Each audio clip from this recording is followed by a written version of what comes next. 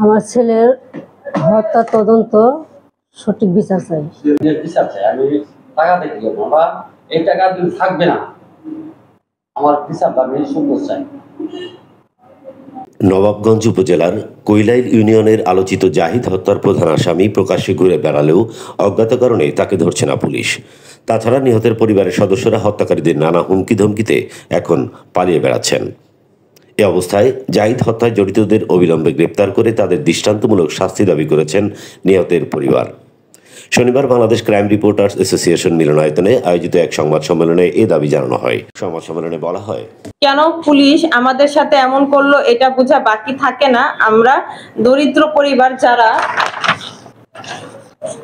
এই ঘটনা ঘটিয়েছে তারা প্রভাবশালী ও টাকাওয়ালা, বড় পরিমাণে কিছু বিনিময়ে কিছুটা নিয়ে কাজ করে আমাদের সহযোগিতা করবে, যাতে মামলার দায়িত্বপ্রাপ্তদের জবাবদিহিতার আওতায় নিয়ে আসা যেতে পারে।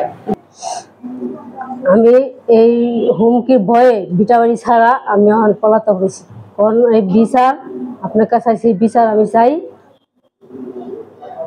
এই সরকারের কাছে আমি বিচার চাই আমার ছেলের হত্যা, আর যারা আমার ছেলেকে পুড়িয়া মারলো তাদের আমি ফাঁসি চাই।